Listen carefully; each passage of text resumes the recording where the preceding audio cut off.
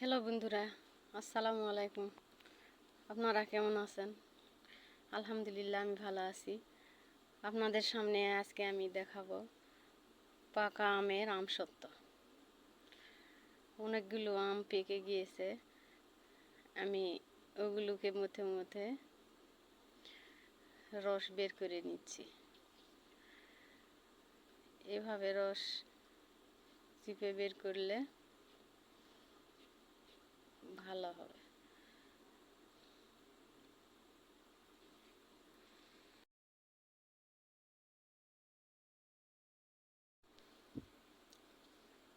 রসগুলো বের করার পর সেঁকে নিব। এভাবে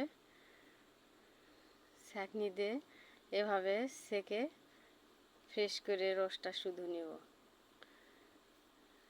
এভাবে নাড়তেই থাকুন। রসটা ছাঁকতে ছাঁকতে এক সময় দেখবেন ভালোভাবে রসটা বের হয়ে যাচ্ছে। এভাবে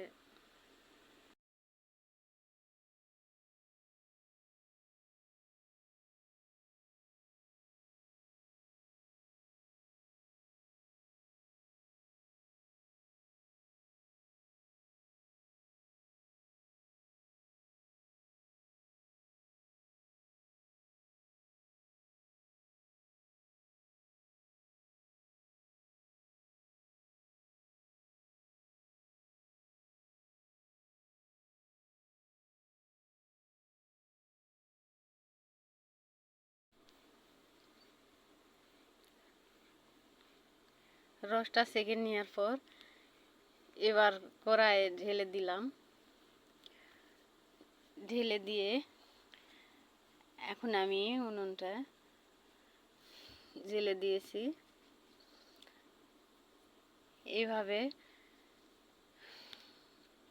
রসটা ঢালার পর চিনি দিলাম। মিষ্টি আম যেহেতু সামান্য পরিমাণ চিনি দিয়ে দিলাম। চিনি দেওয়ার পর এভাবে নাড়তে থাকবো যতক্ষণ রসটা শুকিয়ে না যায়। এভাবে নাড়তেই থাকবো, না নাড়লে নিচে পুড়ে গেলে স্বাদটা নষ্ট হয়ে যেতে পারে। এভাবে নাড়ার পর দেখবেন যে অনেক শুকিয়ে এসেছে। রসটা এভাবে নাড়তেই থাকবেন। নাড়তে নাড়তে এক সময় মানে পানিটা রাখা যাবে না, রসটা ঘন হয়ে আসবে। বন্ধুরা, একবার হলেও এরকম করে আপনারা আমসত্ত্ব, পাকা আমের আমসত্ত্ব তৈরি করে দেখবেন, খেতে অসম্ভব মজা। ঘন হয়ে আসছে, আমি কড়াইটা নেমে নিলাম। একটু নেড়ে নেড়ে মানে যে হালকাভাবে একটু ঠান্ডা করতে হবে, একদম ঠান্ডা করা চলবে না। আমি প্লেটে আগেই তেল দিয়ে রাখছিলাম, হালকা করে একটু তেল দিয়ে মেখে নেবেন। তেল দিয়ে মেখে নেওয়ার পর আমি সামান্য পরিমাণ 2টা শুকনো লঙ্কা ভেজে নিয়ে দিয়ে দিলাম। এটা আপনাদের অপশনাল। যদি মনে করেন যে আপনারা কোনো মশলা অ্যাড করবেন না, তাহলে শুধুমাত্র পাকা আমের রসটাই আমসত্ত্ব করতে পারবেন। আমি হালকা পরিমাণ একটু মরিচ দিয়ে দিলাম, এটা আপনাদের উপর ডিপেন্ড করবে। আমি প্লেটে ঢেলে নিলাম। ঢেলে নেওয়ার পর এভাবে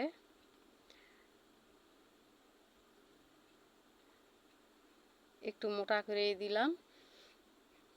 আজকে প্রচুর রোদ হচ্ছে, যার জন্য আমি একটু মোটা করেই দিলাম।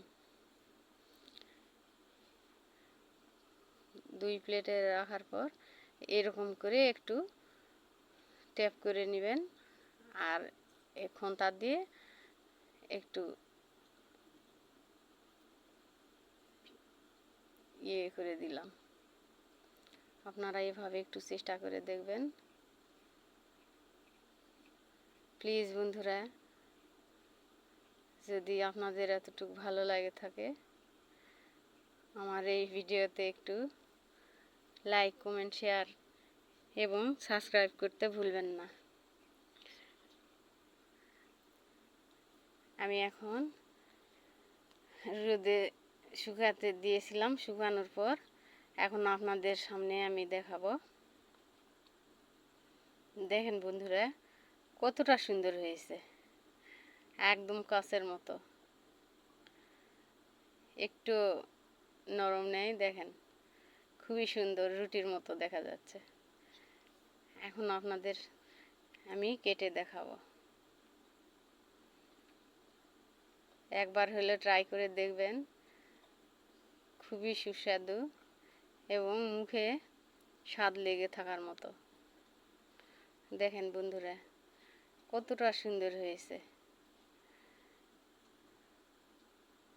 একবার হলেও আপনারা এভাবে ট্রাই করে দেখবেন, খুবই সহজ, যে কেউ বানাতে পারবে।